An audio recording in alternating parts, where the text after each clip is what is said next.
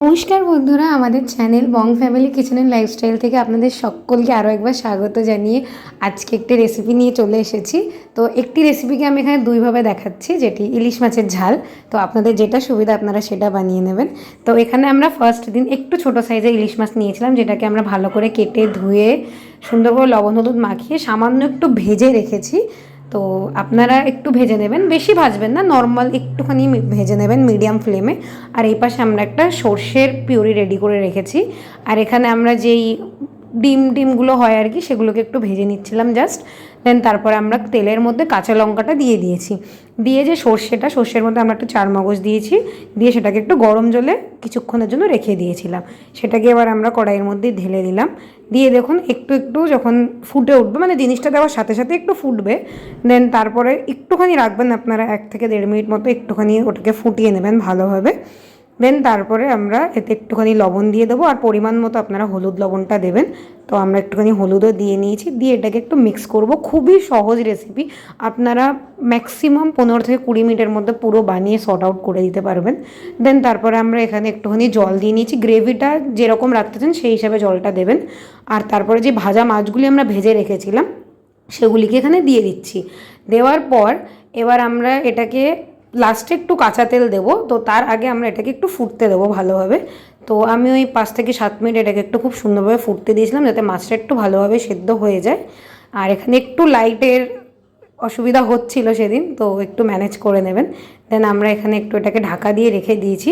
ঢাকনাটা সরানোর পর আমাদের মোটামুটি ঝোলটা রেডি। যেরকম আমি বলছিলাম যে একটুখানি কাঁচা তেল দেবো আমরা, তো সেই কাঁচা সর্ষের তেলটা আমরা ওপর থেকে একটু দিয়ে নিচ্ছি নামানোর আগে।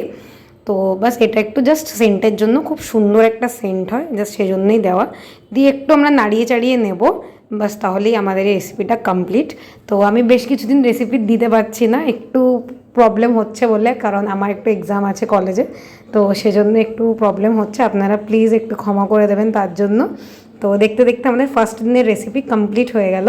দেন সেকেন্ড দিন আমরা একটু বড় সাইজের মাছ এনেছিলাম, মানে মোটামুটি ভালোই বড় সাইজ, আপনারা সেটা পিসটা দেখলে হয়তো বুঝতে পারবেন। তো এবার এর মধ্যে ডিমও ছিল, যেটা আমরা পেটিটাকে আলাদা করেছিলাম।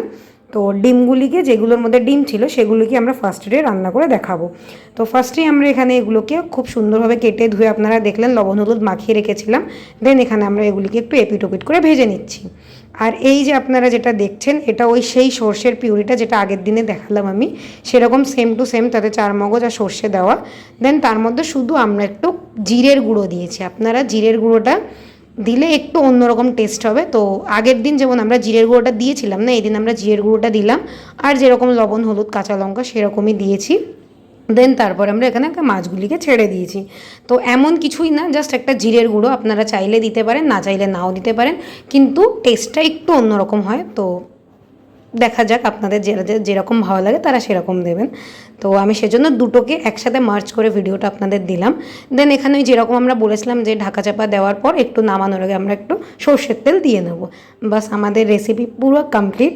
দেন আমি ভাত নিয়ে তো বসে পড়েছিলাম, খুবই টেস্টি হয়েছিল খেতে।